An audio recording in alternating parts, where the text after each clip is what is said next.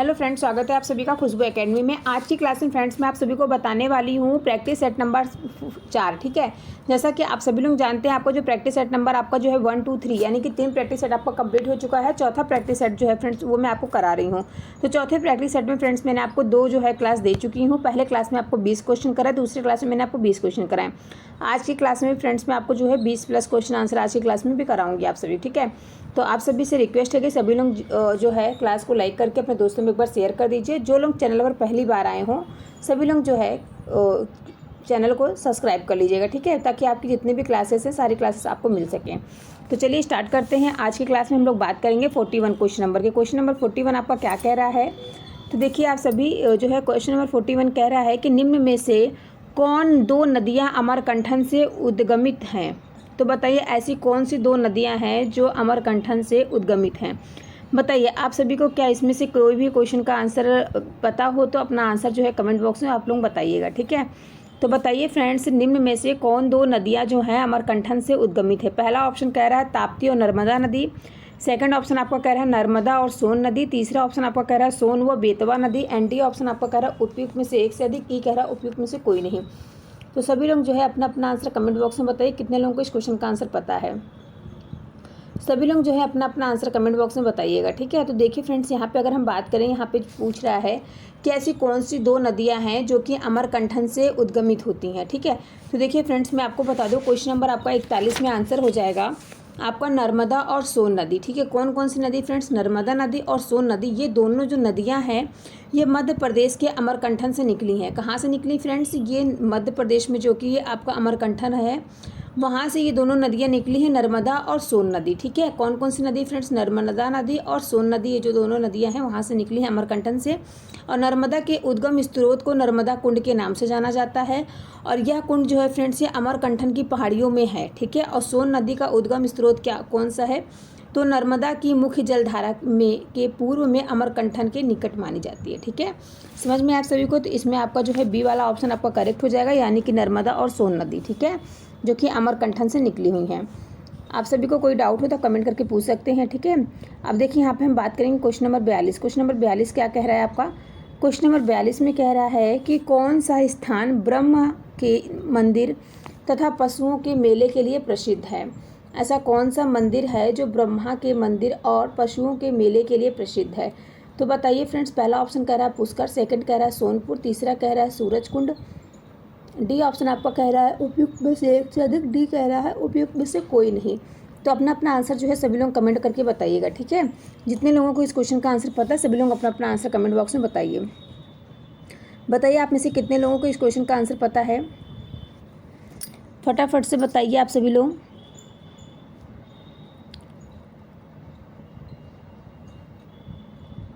आप लोग बताइए, आप लोगों का नाम जो है मैं एक बार अनाउंस करती हूँ। ठीक है, जितने लोग क्वेश्चन का आंसर बताएंगे। ठीक है, तो लाइव क्लास में सभी का मैं नाम अनाउंस करूँगी कि कौन से क्वेश्चन का आंसर आप लोगों ने दिया है। ठीक है, अब देखिए बताइए यहाँ पे आपका 42 क्वेश्चन नंबर में कौन सा आंसर करेक्ट हो जाएगा। ऐसा कौन सा स्थान है जो कि ब्रह्मा के मंदिर तथा पशुओं के मेले के लिए प्रसिद्ध है।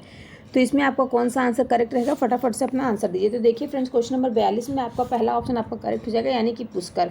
पुष्कर जो कि फ्रेंड्स आपका राजस्थान में पड़ता है, सभी को पता है। तो देखिए फ्रेंड्स राजस्थान के अजमेर जिले में स्थित है क्या, पुष्कर। ठीक है, पुष्कर जो कि ब्रह्मांड रचयिता भगवान ब्रह्मा के एकमात्र मंदिर तथा प्रतिवर्ष नवंबर के महीने में लगने वाले ऊँट के मेले के लिए जाना जाता है। ठीक है, पुष्कर में कौन सा मेला लगता है, तो ऊँट के मेले वहाँ पे लगते हैं और ऊँट के मेले के लिए वो काफ़ी ज़्यादा वो प्रसिद्ध है। ठीक है, इसी प्रकार से देखिए फ्रेंड्स मैंने आपको बताया है जो राजस्थान के अजमेर ज़िले में स्थित है पुष्कर, वो किस लिए फेमस है, तो वहाँ पे जो है फ्रेंड्स ऊँट के मेले लगते हैं, इसलिए वो प्रसिद्ध है। ठीक है, अब इसी प्रकार से हम नेक्स्ट क्वेश्चन पे चलेंगे। नेक्स्ट क्वेश्चन आपका क्या कह रहा है, क्वेश्चन नंबर 43 देखिए फ्रेंड्स क्या कह रहा है। क्वेश्चन नंबर 43 कह रहा है भारत का पहला ऑर्गेनिक राज्य है। तो बताइए भारत का पहला ऑर्गेनिक राज्य कौन सा है। पहला ऑप्शन कह रहा है मणिपुर, दूसरा कह रहा है सिक्किम, तीसरा कह रहा है उड़ीसा एंड चौथा कह रहा है उपयुक्त में से एक से अधिक और पांचवा कह रहा है उपयुक्त में से कोई नहीं। तो अपना अपना आंसर आप लोग कमेंट बॉक्स में बताइए कितने लोगों को इस क्वेश्चन का आंसर पता है। फटाफट से आप सभी लोग अपने क्वेश्चन का आंसर कीजिए। ठीक है,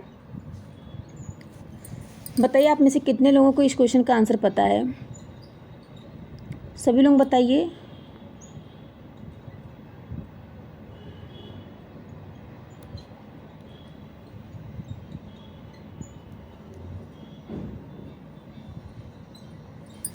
बताइए सभी लोग अपना अपना आंसर कमेंट बॉक्स में। किसको किसको पता है इस क्वेश्चन का आंसर? सभी लोग फटाफट से अपना अपना आंसर दीजिए। किसको किसको इस क्वेश्चन का आंसर पता है? भारत का पहला ऑर्गेनिज राज्य कौन सा है? बताइए किसको किसको इस क्वेश्चन का आंसर पता है? भारत का पहला ऑर्गेनिज राज्य कौन सा है? तो देखिए फ्रेंड्स, क्वेश्चन नंबर 43 में आपका आंसर हो जाएगा लगभग 75,000 हेक्टेयर कृषि भूमि पर जैविक पद्धतियाँ। ठीक है, जो क्या है फ्रेंड्स, जो जैविक पद्धतियाँ हैं उसकी अगर हम बात करें, उसके प्रयोग द्वारा कृषि उत्पादन कर सिक्किम भारत का पहला पूर्व जैविक राज्य बन गया है। और इसकी औपचारिक घोषणा जो कि प्रधानमंत्री नरेंद्र मोदी द्वारा जनवरी 2016 में गंगटोक में आयोजित की गई थी। ठीक है, सिक्किम जो है वो सिक्किम में जो उत्सव मनाया गया वो जैविक उत्सव मनाया गया था। ठीक है, नेक्स्ट क्वेश्चन पे हम लोग बात करें। नेक्स्ट क्वेश्चन आपका क्या कह रहा है? ठीक है, नेक्स्ट क्वेश्चन की देखिए हम लोग यहाँ बात करेंगे। नेक्स्ट क्वेश्चन आपका क्या कह रहा है? ठीक है, अब देखिए फ्रेंड्स, नेक्स्ट क्वेश्चन आपका है 44 क्वेश्चन नंबर। 44 क्वेश्चन नंबर में कह रहा है उच्छखलन। ठीक है, उच्छखलन कानून कोई नहीं बना सकता। ठीक है, उच्छखलन कानून जो है कोई कानून नहीं है। भारत के सर्वोच्च न्यायालय के किस मामले में इस सिद्धांत को संपुष्टि किया गया है? बताइए किस न्यायालय में जो है इसको संपुष्टि किया गया? अपना अपना आंसर कमेंट बॉक्स में बताइए। किसको किसको इस क्वेश्चन का आंसर पता है? फटाफट से अपना अपना आंसर जो है कमेंट बॉक्स में आप लोग दीजिए। ठीक है, तो देखिए फ्रेंड्स, यहाँ पे कह रहा है उच्छखलन कानून जो है कोई कानून नहीं है। भारत के सर्वोच्च न्यायालय के किस मामले में इस सिद्धांत को संपुष्टि किया गया है? बताइए किसको पता है इस क्वेश्चन का आंसर? फटाफट से अपना अपना आंसर आप लोग कमेंट बॉक्स में बताइए, जितने लोगों को इस क्वेश्चन का आंसर पता है। देखिए फ्रेंड्स, अगर हम बात करें कि इसमें ऑप्शन जो दिया गया है, पहला ऑप्शन दिया गया है यूनियन कार्बाइड केस, दूसरा कह रहा है मेनका गांधी केस, तीसरा ऑप्शन आपका कह रहा है Indra Sahani case, and D E option जो आपका रहता है वो सभी में सेम रहता है। उपयुक्त में से एक से अधिक, फिर उपयुक्त में से कोई नहीं। ठीक है, तो आप लोग बताइए आप इस क्वेश्चन में कौन सा आंसर आपका करेक्ट जाएगा 44 क्वेश्चन नंबर में। तो देखिए मैं आपको बता दूँ, इस क्वेश्चन में आपका बी वाला आंसर यानी कि मेनका गांधी केस जो है आपका करेक्ट हो जाएगा। क्योंकि देखिए अगर हम बात करें यहाँ पे कि 1978 ईस्वी में जो मेनका गांधी द्वारा दिया गया निर्णय था, इस आधार वाक्य उच्छखलन कानून कोई कानून नहीं है पर आधारित है, क्योंकि सर्वोच्च न्यायालय ने कहा कि संविधान के अनुच्छेद 21 के अंतर्गत कानून द्वारा स्थापित प्रक्रिया के अलावा किसी भी व्यक्ति को उसके जीवन और व्यक्तित्व स्वतंत्रता के अधिकार से वंचित नहीं किया जाएगा। ठीक है, अब इसी प्रकार से अगर हम बात करें नेक्स्ट क्वेश्चन नंबर आपको क्या कह रहा है, क्वेश्चन नंबर 45 क्या कह रहा है? क्वेश्चन नंबर 45 की यहाँ पे हम लोग बात करेंगे। ठीक है, क्वेश्चन नंबर आपका 45 क्या कह रहा है? ठीक है, तो देखिए फ्रेंड्स, क्वेश्चन नंबर 45 की यहाँ पे हम लोग बात कर रहे हैं। क्वेश्चन नंबर 45 कह रहा है कि युद्धग्रस्त क्षेत्रों से खनन कर राजद्रोही गतिविधियों के लिए बेचे जाने वाले हीरे निम्न में से किस नाम से जाने जाते हैं? बताइए, अगर हम बात करें कि जहाँ पे जो है युद्धग्रस्त क्षेत्र से खनन कर राजद्रोही गतिविधियों के लिए बेचे जाने वाले हीरे जो हैं वो निम्न में से किस नाम से जाने जाते हैं? बताइए किस नाम से जाने जाते हैं? आप में से किसी को पता है? आप में से किसी को पता है इस क्वेश्चन का आंसर?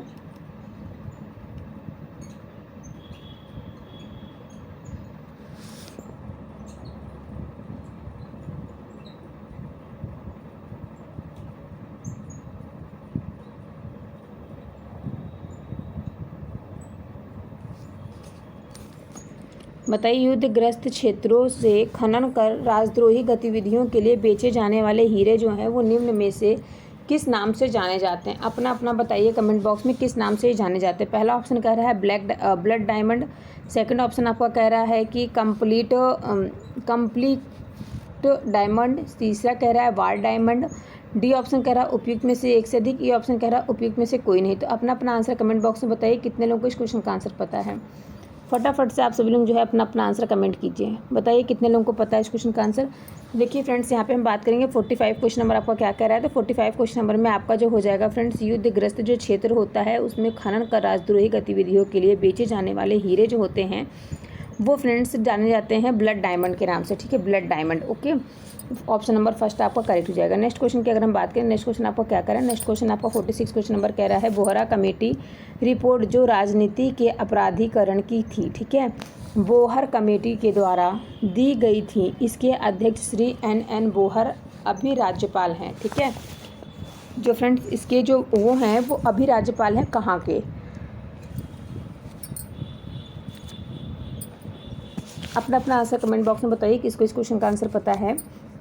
इसके अध्यक्ष यानी कि फ्रेंड्स श्री एन बोहर जो हैं अभी राज्यपाल हैं, तो कहाँ के राज्यपाल है। पहला ऑप्शन कह रहा है जम्मू एवं कश्मीर के, सेकंड कह रहा है आसाम के, तीसरा कह रहा है तमिलनाडु के, डी ऑप्शन कह रहा है उपयुक्त में से एक से अधिक, ई कह रहा है उपयुक्त में से कोई नहीं। तो बताइए इसमें से आपका कौन सा क्वेश्चन का आंसर जो है आपका करेक्ट हो जाएगा। फटाफट से अपना अपना आंसर जो है कमेंट बॉक्स में बताइए जितने लोगों को पता है इस क्वेश्चन का आंसर, ठीक है। तो देखिए फ्रेंड्स यहाँ पे अगर हम बात करेंगे तो आपका कौन सा क्वेश्चन का आंसर करेक्ट हो जाएगा, तो वोहरा कमेटी जो है, ठीक है, वोहरा कमेटी रिपोर्ट जो राजनीति के अपराधीकरण की थी वो जो है वोहरा कमेटी के द्वारा दी गई थी, और इसके जो अध्यक्ष थे श्री एन वोहरा, वो अभी इस टाइम प्रेजेंट टाइम पे जो है फ्रेंड्स जम्मू एवं कश्मीर के क्या है राज्यपाल हैं, ठीक है।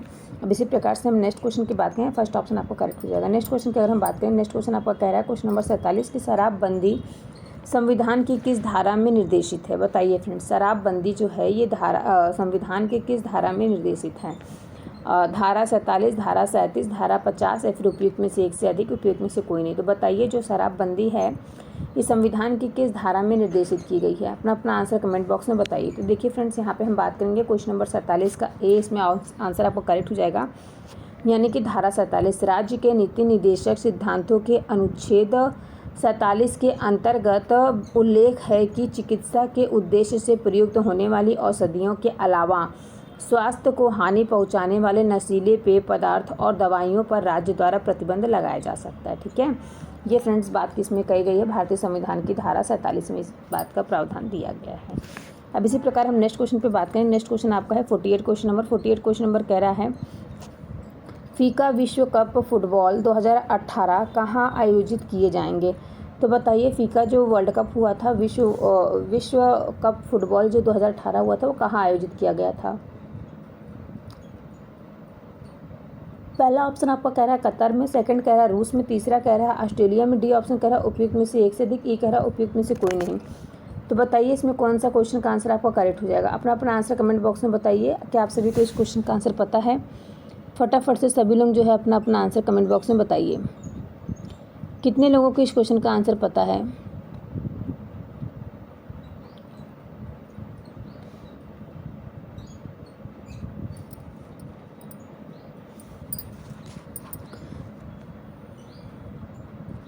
तो देखिए फ्रेंड्स यहाँ पे आपका कौन सा आंसर इसमें करेक्ट हो जाएगा।